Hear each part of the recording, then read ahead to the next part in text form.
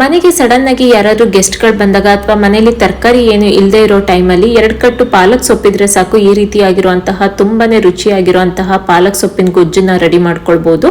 ನೀವು ಇದನ್ನ ದೋಸೆಗಾಗಿರ್ಬೋದು, ಚಪಾತಿಗಾಗಿರ್ಬೋದು, ರೊಟ್ಟಿಗಾಗಿರ್ಬೋದು, ಇಲ್ಲ ಅನ್ನಕ್ಕೂ ಕೂಡ ಸ್ವಲ್ಪ ತುಪ್ಪ ಹಾಕೊಂಡು ಕಲ್ಸ್ಕೊಂಡು ತಿಂದ್ರೆ ತುಂಬಾನೇ ಚೆನ್ನಾಗಿರುತ್ತೆ.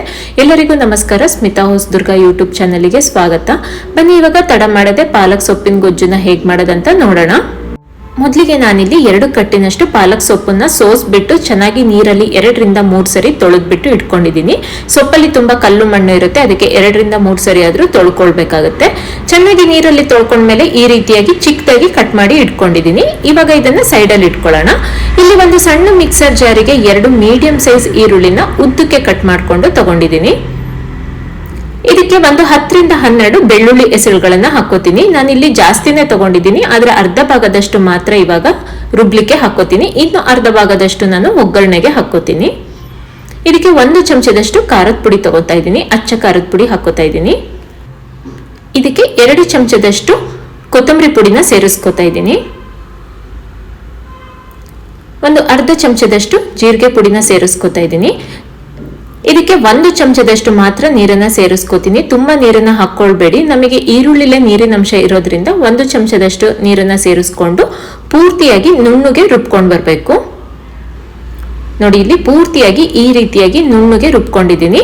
ಇವಾಗ ಇದನ್ನ ಸೈಡಲ್ಲಿ ಇಟ್ಕೊಂಡ್ಬಿಟ್ಟು ಒಗ್ಗರಣೆ ಕೂಡ ಮಾಡ್ಕೊಳ್ಳೋಣ. ತುಂಬಾನೇ ಬೇಗ ಆಗೋದಂಥದ್ದು, ಒಂದು 6 ರಿಂದ 7 ನಿಮಿಷದಲ್ಲಿ ನಮಗೆ ಪಾಲಕ್ ಸೊಪ್ಪಿನ ಗೊಜ್ಜು ರೆಡಿ ಆಗಿಬಿಡತ್ತೆ. ಇವಾಗ ಒಂದು ಬಾಣಲಿಯಲ್ಲಿ ನಾನು 2 ಚಮಚದಷ್ಟು ಎಣ್ಣೆನ ಹಾಕೋತಾ ಇದ್ದೀನಿ. ಎಣ್ಣೆ ಸ್ವಲ್ಪ ಮುಂದೆ ಇದ್ರೆ ಚೆನ್ನಾಗಿರುತ್ತೆ. ಎಣ್ಣೆ ಚೆನ್ನಾಗಿ ಬಿಸಿ ಆಗ್ಬೇಕು. ಎಣ್ಣೆ ಚೆನ್ನಾಗಿ ಬಿಸಿ ಆದ ನಂತರ ಒಂದು ಅರ್ಧ ಚಮಚದಷ್ಟು ಸಾಸಿವೆ ಹಾಕೋತಾ ಇದ್ದೀನಿ. ಸಾಸಿವೆ ಚೆನ್ನಾಗಿ ಸಿಡಿದ ನಂತರ ಒಂದು ಅರ್ಧ ಚಮಚದಷ್ಟು ಜೀರಿಗೆ ಹಾಕೋತಾ ಇದ್ದೀನಿ. ಜೀರಿಗೆ ಮತ್ತೆ ಸಾಸಿವೆ ಎರಡೂ ಕೂಡ ಚೆನ್ನಾಗಿ ಚಟಪಟ ಅಂತ ಸಿಡಿಬೇಕು. ಆ ಸಮಯದಲ್ಲಿ ನಾನು 1 ಚಮಚದಷ್ಟು ಕಡಲೆಬೇಳೆ ಹಾಕೋತಾ ಇದ್ದೀನಿ. 1 ಚಮಚದಷ್ಟು ಉದ್ದಿನ ಬೇಳೆ ಕೂಡ ಇದಕ್ಕೇನೆ ಸೇರಿಸ್ಕೊತಾ ಇದ್ದೀನಿ. ಕಡಲೆಬೇಳೆ ಮತ್ತೆ ಉದ್ದಿನ ಬೇಳೆನ ಮೀಡಿಯಂ ಫ್ಲೇಮ್ ಅಲ್ಲೇ ಇಟ್ಕೊಂಡು ಸ್ವಲ್ಪ ಕೆಂಪುಗಾಗೋವರೆಗೂ ಫ್ರೈ ಮಾಡ್ಕೊಳ್ಬೇಕು. ನೋಡಿ, ಇಲ್ಲಿ ಬೇಳೆ ಎಲ್ಲ ನಮಗೆ ಕಲರ್ ಚೇಂಜ್ ಆಗ್ತಾ ಬರ್ತಾ ಇದೆ. ಇಷ್ಟು ಫ್ರೈ ಆದ್ರೂ ಸಾಕಾಗತ್ತೆ. ಇವಾಗ ಇದಕ್ಕೆ ಉಳಿದಿರೋ ಅಂತಹ ಬೆಳ್ಳುಳ್ಳಿ ಎಸಳುಗಳನ್ನ, ಅಂದ್ರೆ ಒಂದು 10 ರಿಂದ 12 ಬೆಳ್ಳುಳ್ಳಿ ಎಸಳುಗಳನ್ನ ಹಾಕೋತಾ ಇದ್ದೀನಿ.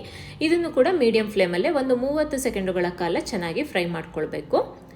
ಇವಾಗ ಇದು ಫ್ರೈ ಆಗಿದ್ದಾಗಿದೆ. ಇದಕ್ಕೇನೆ 1 ಹೆಚ್ಚಿಟ್ಕೊಂಡಿರುವಂತಹ ಟೊಮೊಟೊ ಹಣ್ಣನ್ನ ಹಾಕೋತಾ ಇದ್ದೀನಿ. ನೀವು ಟೊಮೊಟೊ ಹಣ್ಣನ್ನ ರುಬ್ಬಿ ಕೂಡ ಹಾಕೋಬಹುದು, ಪೇಸ್ಟ್ ಮಾಡಿಬಿಟ್ಟು. ಇಲ್ಲ ಅಂದ್ರೆ ಈ ರೀತಿಯಾಗಿ ಚಿಕ್ಕದಾಗಿ ಕಟ್ ಮಾಡ್ಕೊಂಡು ಹಾಕೋಬೇಕು. ಟೊಮೊಟೊ ಹಣ್ಣು ಪೂರ್ತಿ ಮೆತ್ತಗೆ ಆಗೋವರೆಗೂ ಇದನ್ನು ಕೂಡ ಫ್ರೈ ಮಾಡ್ಕೊಳ್ಳೋಣ. ಪೂರ್ತಿಯಾಗಿ ಮೆತ್ತಗಾದ ನಂತರ ರುಬ್ಬಿಟ್ಕೊಂಡಿರುವಂತಹ ಮಸಾಲಾನ ಸೇರಿಸ್ಕೊತಾ ಇದ್ದೀನಿ. ಇದಕ್ಕೆ ಇನ್ನು ಸ್ವಲ್ಪ ನೀರನ್ನ ಸೇರಿಸ್ಬಿಟ್ಟು ಅದೇ ಬಟ್ಲಲ್ಲಿ ಇನ್ನು ಸ್ವಲ್ಪ ನೀರನ್ನ ಸೇರಿಸ್ಕೊಂಡು ಹಾಕೋತಾ ಇದ್ದೀನಿ. ಇದಕ್ಕೆ ರುಚಿಗೆ ತಕ್ಕಷ್ಟು ಉಪ್ಪನ್ನು ಕೂಡ ಈಗಲೇ ಸೇರಿಸ್ಕೊಂಡು ಬಿಡ್ತೀನಿ. ನಾನಿಲ್ಲಿ ಕಲ್ಲು ಉಪ್ಪನ್ನು ತಗೊಂಡಿದ್ದೀನಿ, ನೀವು ಪುಡಿ ಉಪ್ಪನ್ನು ಕೂಡ ಸೇರಿಸ್ಕೋಬೋದು.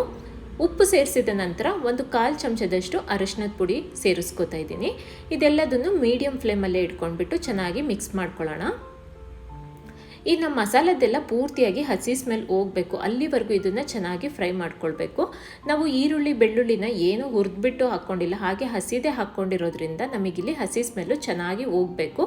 ಇಲ್ಲಾಂದರೆ ಅದು ಹಸಿ ಹಸಿ ಹಾಗೆ ತಿನ್ನುವಾಗ ಸ್ಮೆಲ್ ಬರುತ್ತೆ. ಅದಕ್ಕೋಸ್ಕರ ಪೂರ್ತಿಯಾಗಿ ಹಸಿ ಸ್ಮೆಲ್ ಹೋಗೋವರೆಗೂ ಫ್ರೈ ಮಾಡ್ಕೊಳ್ಬೇಕು. ನೀವು ಈ ಗೊಜ್ಜನ್ನ ತುಂಬ ದಿನದವರೆಗೂ ಇಟ್ಕೋಬೋದು. ಅಂದರೆ 1 ವಾರ 10 ದಿನದ ಗಟ್ಲೆನೂ ಫ್ರಿಜ್ಜಲ್ಲಿ ಇಟ್ಕೊಂಡ್ರೆ ಇಟ್ಕೊಳ್ಬೋದು. ಆದರೆ ಆ ರೀತಿ ಇಟ್ಕೊಳ್ಳೋದಾದರೆ ನೀವು ಎಲ್ಲದನ್ನು ಹುರಿದ್ಬಿಟ್ಟೆ ಮಾಡ್ಕೊಳ್ಬೇಕಾಗತ್ತೆ. ಆಮೇಲೆ ಸ್ವಲ್ಪನೂ ಕೂಡ ನೀರಿನಂಶ ಸೇರಿಸಬಾರ್ದು. ಹಾಗೆ ಮಾಡಿಕೊಂಡ್ರೆ ನೀವು ಇದನ್ನು 1 ವಾರ 10 ದಿನದವರೆಗೂ ಸ್ಟೋರ್ ಮಾಡಿ ಇಟ್ಕೋಬೋದು.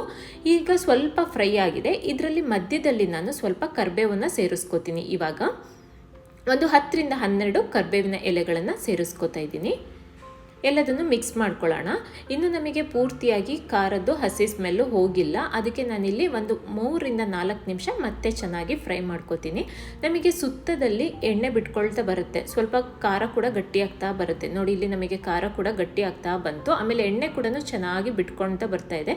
ಈ ರೀತಿಯಾಗಿದ್ದರೆ ಅದು ಪರ್ಫೆಕ್ಟಾಗಿ ಹಸಿ ಸ್ಮೆಲ್ ಹೋಗಿದೆ ಮತ್ತು ಚೆನ್ನಾಗಿ ಬೆಂದಿದೆ ಅಂತ. ನೋಡಿ, ಇಲ್ಲಿ ಎಣ್ಣೆ ಕೂಡ ಚೆನ್ನಾಗಿ ಬಿಟ್ಕೊಂಡಿದೆ. ಇಷ್ಟು ಫ್ರೈ ಮಾಡಿಕೊಂಡ್ರೂ ಸಾಕಾಗುತ್ತೆ. ಇವಾಗ ಇಷ್ಟು ಫ್ರೈ ಆದ ನಂತರ ನಾನು ಇದಕ್ಕೆ ಸೊಪ್ಪನ್ನು ಸೇರಿಸ್ಕೋತೀನಿ. ಕಟ್ ಮಾಡಿ ಇಟ್ಕೊಂಡಿರುವಂತಹ ಪಾಲಕ್ ಸೊಪ್ಪನ್ನ ಸೇರಿಸ್ಕೋತಾ ಇದ್ದೀನಿ. ನೀವು ಪಾಲಕ್ ಸೊಪ್ಪಿನ ಬದಲು ಇದಕ್ಕೆ ಮೆಂತ್ಯ ಸೊಪ್ಪು ಕೂಡ ಹಾಕ್ಕೊಳ್ಬೋದು, ಅದು ಕೂಡ ತುಂಬಾ ಚೆನ್ನಾಗಿರುತ್ತೆ. ಇವಾಗ ಸೊಪ್ಪಿಗೆ ಪೂರ್ತಿಯಾಗಿ ಮಸಾಲೆ ಹೊಂದ್ಕೊಳ್ಳೋವರೆಗೂ ಇದನ್ನು ಫ್ರೈ ಎಲ್ಲ ಮಿಕ್ಸ್ ಮಾಡ್ಕೊಳ್ಳೋಣ.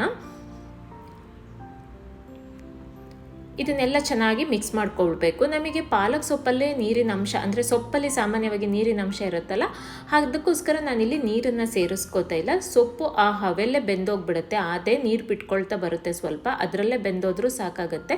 ಇಲ್ಲ ನಿಮಗೆ ಸ್ವಲ್ಪ ಗ್ರೇವಿ ಥರ ಬೇಕು ಅಂತ ಅನ್ಸಿದ್ರೆ ನೀವು ಸ್ವಲ್ಪ ನೀರನ್ನು ಸೇರಿಸ್ಕೊಳ್ಬೋದು. ನಾನಿಲ್ಲಿ ನೀರನ್ನು ಸೇರಿಸ್ಕೋತಾ ಇಲ್ಲ. ನೋಡಿ, ಇಲ್ಲಿ ನೀರು ಕೂಡ ಬಿಟ್ಕೊಳ್ತಾ ಬರ್ತಾ ಇದೆ. ನಮಗೆ ಸೊಪ್ಪು ಕೂಡ ಅರ್ಧದಷ್ಟು ಬೆಂದಿದೆ. ಸೊಪ್ಪು ಹಾಕಿದ್ಮೇಲೆ ಒಂದು 2 ರಿಂದ 3 ನಿಮಿಷ ಬೇಯಿಸ್ಕೊಂಡ್ರೂ ಸಾಕಾಗುತ್ತೆ, ತುಂಬ ಹೊತ್ತೇನು ಬೇಯಿಸೋದು ಬೇಡ. ಮಧ್ಯದಲ್ಲಿ 1-2 ಸರಿ ಚೆನ್ನಾಗಿ ಕೈ ಆಡಿಸಿ, ಆವಾಗ ನಮಗೆ ಎಲ್ಲ ಸೊಪ್ಪು ಚೆನ್ನಾಗಿ ಬೆಂದಿದೆ. ಇವಾಗ ಮಸಾಲ ಕೂಡ ಚೆನ್ನಾಗಿ ಎಲ್ಲ ಕುಕ್ ಆಗಿದೆ. ಇವಾಗ ಬಿಸಿ ಬಿಸಿ ಆಗಿರುವಂತಹ ಪಾಲಕ್ ಸೊಪ್ಪಿನ ಗೊಜ್ಜು ನಮಗೆ ರೆಡಿಯಾಗಿದೆ. ನೀವು ಇದನ್ನು ರೊಟ್ಟಿಗೆ ಇಲ್ಲ ಅನ್ನದ ಜೊತೆ ಕೂಡ ಕಲಿಸ್ಕೊಂಡು ತಿಂದರೆ ತುಂಬಾ ಚೆನ್ನಾಗಿರುತ್ತೆ. ಈ ವಿಡಿಯೋ ಇಷ್ಟ ಆಗಿದೆ ಅನ್ಕೋತೀನಿ ನಿಮಗೆ. ಈ ವಿಡಿಯೋ ಇಷ್ಟ ಆದರೆ ದಯವಿಟ್ಟು ನಿಮ್ಮ ಫ್ರೆಂಡ್ಸಿಗೆ, ಫ್ಯಾಮಿಲೀಸ್ಗೆ ಎಲ್ಲ ಶೇರ್ ಮಾಡಿ. ಹಾಗೆ ಲೈಕ್ ಮತ್ತು ಕಮೆಂಟ್ ಕೊಡೋದನ್ನು ಮರಿಬೇಡಿ. ಯಾರೆಲ್ಲ ನನ್ನ ಚಾನಲ್ನ ಹೊಸದಾಗಿ ನೋಡ್ತಾ ಇದ್ದೀರೋ ಅವರೆಲ್ಲ ಈಗಲೇ ಹೋಗಿ ಸಬ್ಸ್ಕ್ರೈಬ್ ಮಾಡಿ, ಪಕ್ಕದಲ್ಲಿರುವಂತಹ ಬೆಲ್ ಐಕಾನ್ನ ಪ್ರೆಸ್ ಮಾಡಿ. Thank you.